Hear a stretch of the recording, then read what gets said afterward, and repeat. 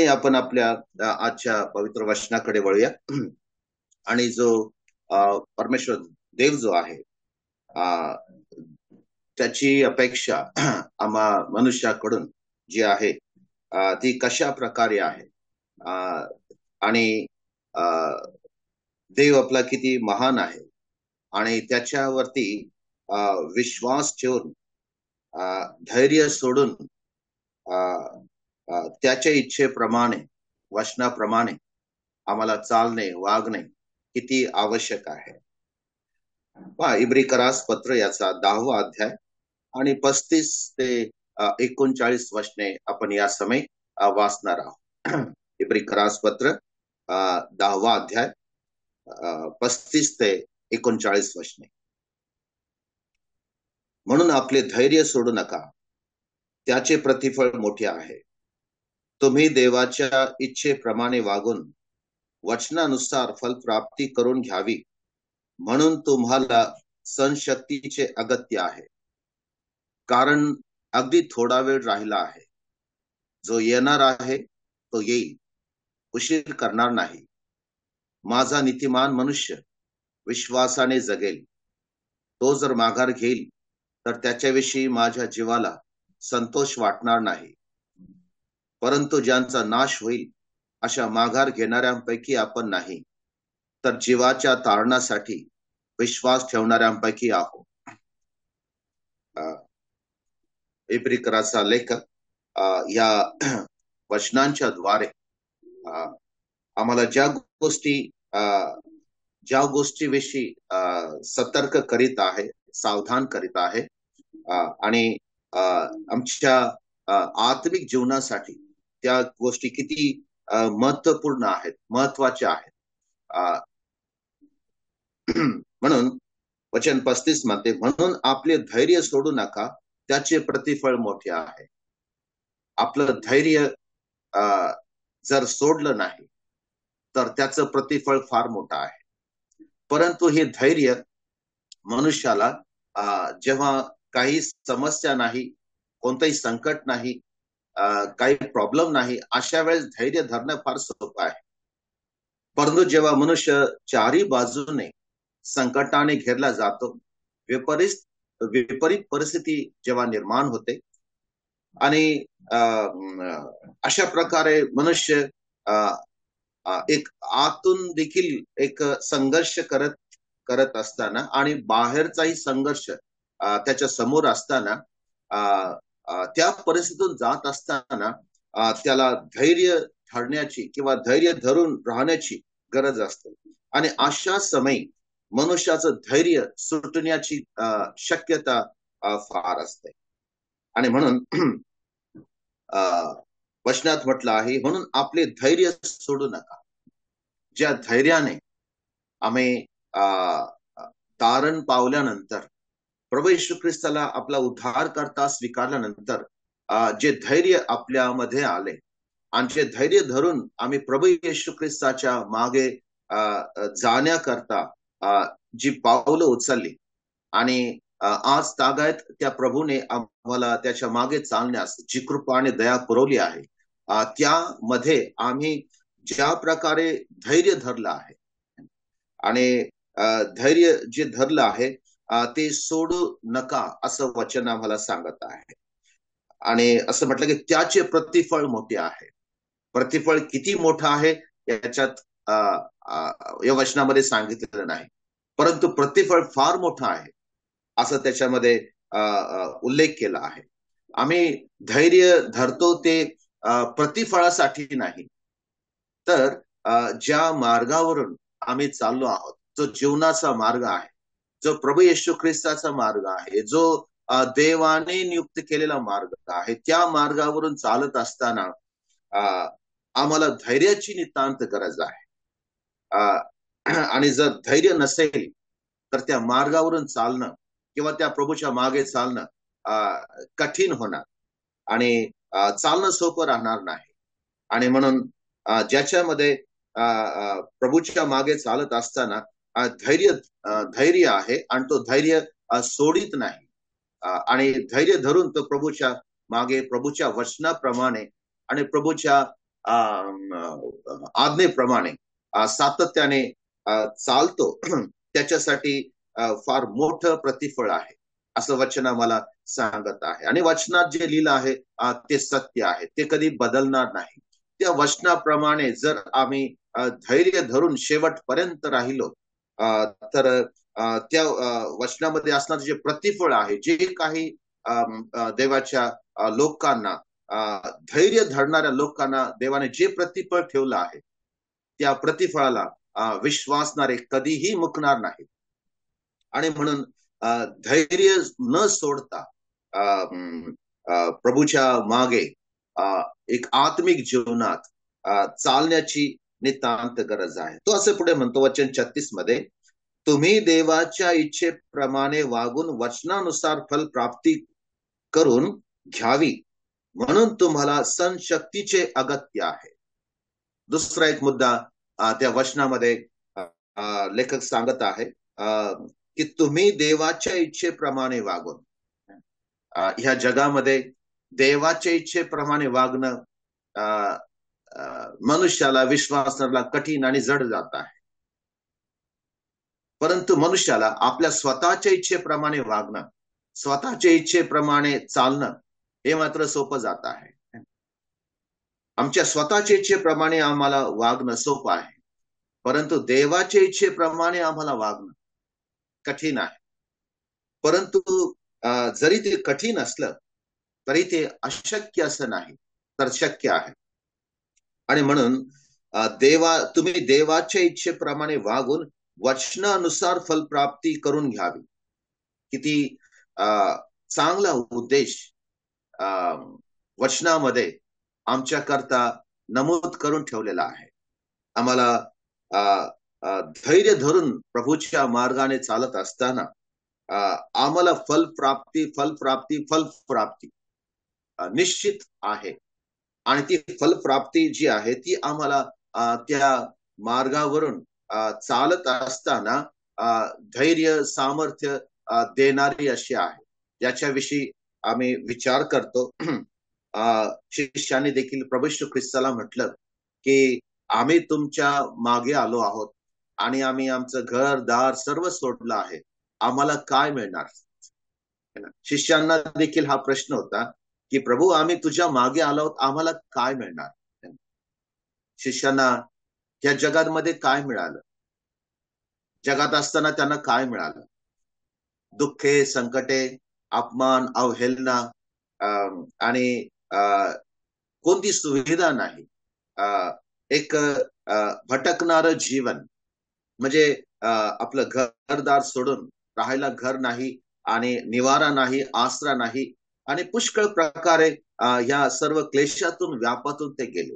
म्हणजे प्रभूच्या मागे ते गेले, परंतु त्या प्रभूच्या मागे गेल्यानंतर जसं त्यांनी प्रश्न विचारला की प्रभू आम्हाला काय मिळणार, प्रभूने त्यांना सांगितलं तुम्हाला येणाऱ्या युगामध्ये पुष्कळ नातेवाईक मिळतील, पुष्कळ तुम्हाला मोठं प्रतिफळ आहे, पुष्कळ तुम्हाला मिळणार आहे. परंतु ह्या जगात ते वावरत असताना जे काही एक साक्षीचं जीवन ते ह्या जगात असताना जगले, त्यांना काय मिळालं. त्यांना दुःख, क्लेश, आपत्ती, संकटे, यातना आणि सर्वात शेवटी एक मृत्यू. मृत्यू सर्वांनाच आहे, परंतु सर्वात शेवटी येशू ख्रिस्ताच्या साक्षीमुळे त्यांना मृत्यूला सामोरं जावं लागलं. जर येशू ख्रिस्ताच्या साक्षीमुळे जर त्यांना मृत्यू नसता आला तर कदाचित ते आणखी काही वर्ष जगू शकले असते, म्हणजे त्यांच्याकडे जीवनाची आशा आणखी होती. परंतु प्रभूच्या योजनेप्रमाणे, संकल्पाप्रमाणे जोपर्यंत त्यांना प्रभूच्या मागे विश्वासाने धैर्य धरून त्या मार्गाने चालण्याचे अगत्य होते, गरज होती, तोपर्यंत देवाने त्यांना ह्या जगामध्ये जिवंत राहू दिलं. आणि रक्तसाक्षी म्हणून प्रभूने त्यांना आम्हा मंडळी समोर, आम्हा प्रियजनांसमोर त्यांना समोर ठेवला आहे. आणि म्हणून देवाच्या इच्छेप्रमाणे वागून वचनानुसार फलप्राप्ती करून घ्यावी म्हणून तुम्हाला सहनशक्तीचे अगत्य आहे. त्यांनी जी सहनशक्ती दाखवली प्रभू येशू ख्रिस्ताच्या शिष्यांनी, ते आमच्यासारखे मनुष्य होते, आमच्यासारखं दुःख अनुभवणारे होते, आमच्यासारखं वेदना सहन करणारे देखील होते. अशा प्रकारे म्हणजे सर्वस्वी आमच्यासारखे असताना त्यांनी आमच्या समोर जे सहनशक्तीचे उदाहरण जे त्यांनी आमच्या समोर ठेवले आहेत, खरोखर ते प्रशंसनीय आहेत. आणि म्हणून जशी त्यांना प्रभू येशू ख्रिस्ताच्या मागे चालण्याकरता ज्या सहनशक्तीची गरज होती, त्याचं अगत्य होतं. जर त्यांनी सहनशक्ती बाळगली नसती तर शिष्यांची साक्ष बिघडली असते. जेव्हा सैतानाने प्रभू येशू ख्रिस्त देवाकडे मागणी केली की येशू ख्रिस्ता शिष्यांना मला पारखायचं आहे, चाळणीने चाळून पाहायचं आहे, प्रभू येशू ख्रिस्ताने विनंती केली की नाही, माझ्या शिष्यांना आता त्यांची परीक्षा घेतली जाऊ नये. चाळणीने चाळून पाहण्यासारखी परीक्षा त्यांची करायची होती सैतानाला, परंतु प्रभू येशू ख्रिस्ताने देवाजवळ विनंती केली की नाही, आता नाही. आणि देवाने ती विनंती ऐकली आणि शिष्यांना सैतानाच्या हातात दिलं गेलं नाही. जसं योबाला सैतानाच्या हातात देण्यात आलं, परंतु शिष्यांना दिलं नाही. परंतु प्रभू येशू ख्रिस्त या जगातून गेल्यानंतर, पुनरुत्थान झाल्यानंतर, स्वर्गात गेल्यानंतर मात्र या सैतानाच्या जगामध्ये प्रभू येशू ख्रिस्ताने त्या शिष्यांना ठेवलं. आणि जी सहनशीलता त्यांनी प्रभू येशू ख्रिस्ताच्या मरणापर्यंत दाखवली नाही, ती सहनशीलता त्यांनी प्रभू येशू ख्रिस्ताच्या मृत्यूनंतर, पुनरुत्थानानंतर, त्यांना पवित्र आत्म्याचं दान मिळाल्यानंतर ती सहनशीलता त्यांनी दाखवली. आणि त्या सहनशीलतेने त्या जगामध्ये आम्हा सर्व विश्वासणाऱ्यांकरिता आणि सर्व जगातील लोकांकरिता प्रभू येशू ख्रिस्ताचे एक साक्षी म्हणून ते आजही ते त्यांचं नाव आणि त्यांची कृत्य आमच्या समोर आहेत.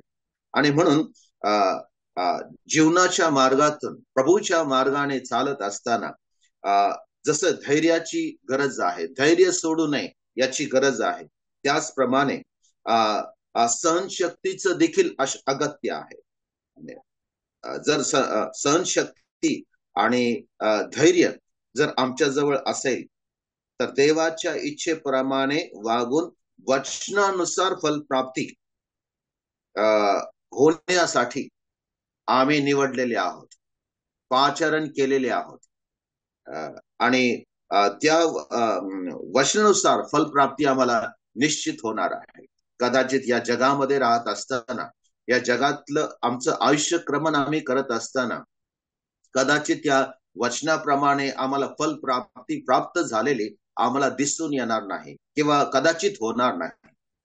परंतु ह्या जगातून गेल्यानंतर आत्मिक जीवनामध्ये, एक अनंत कालच्या जीवनामध्ये जे फल, जे प्रतिफळ प्रभू येशू ख्रिस्त आपल्या लोकांना देणार आहे, त्याच्यामध्ये काहीच कमी जास्त होणार नाही.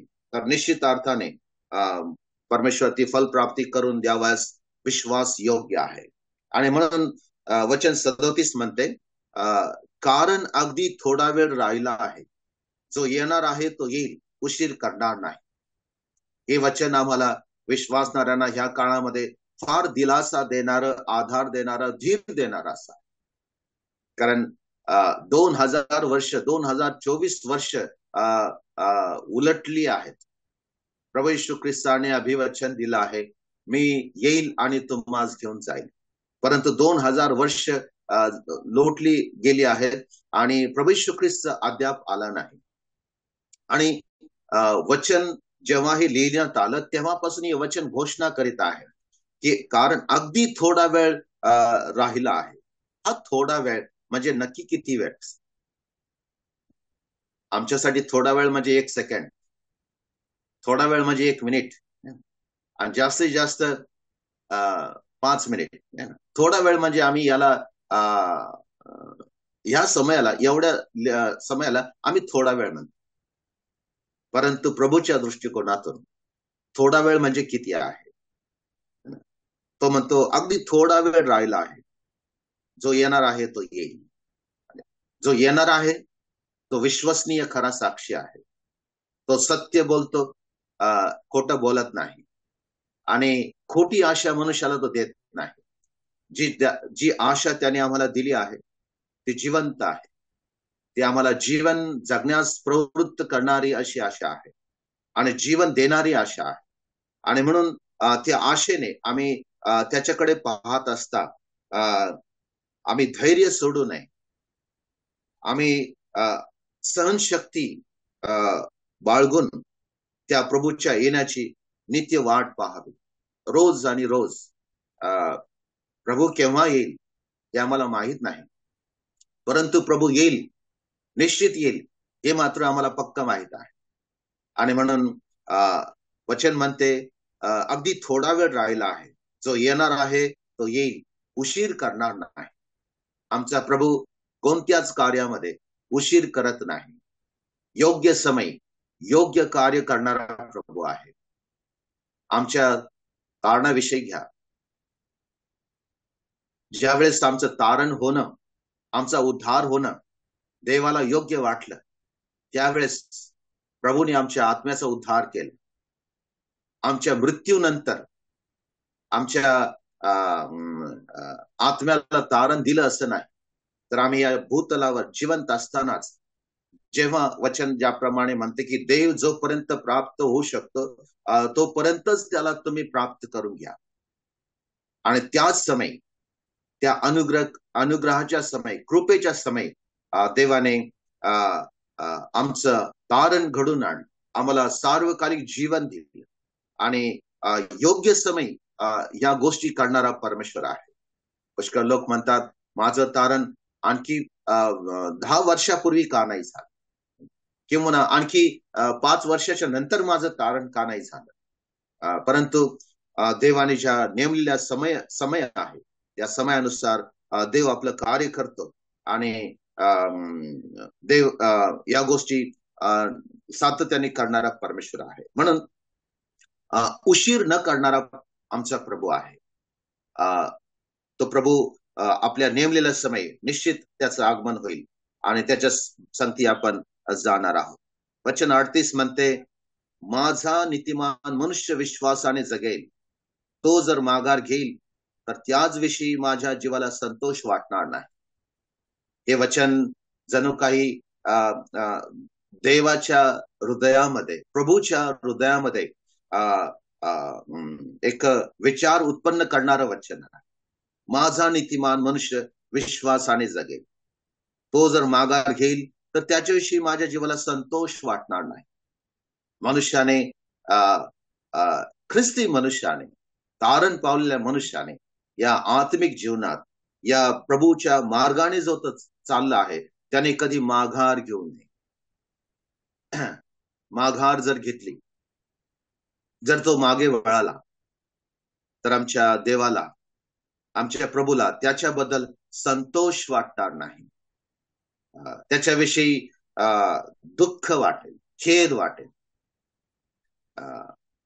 इस्रायल लोकांच्या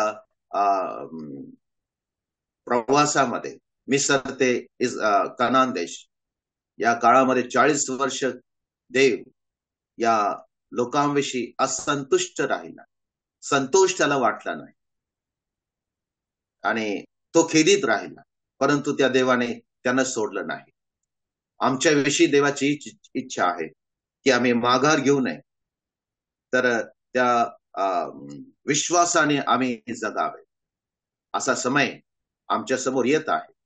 त्यावेळेस आम्हाला धैर्याची, सहनशक्तीची आणि विश्वासाने जगण्याची नितांत गरज आहे. देव तुम्हाला आणि मला सहाय्य करो आणि देवाचं वचन, आजचं वचन आम्हा प्रत्येकाच्या आत्मिक वाढीसाठी लाभदायक ठरो. देवाच्या नावाची स्तुती असो.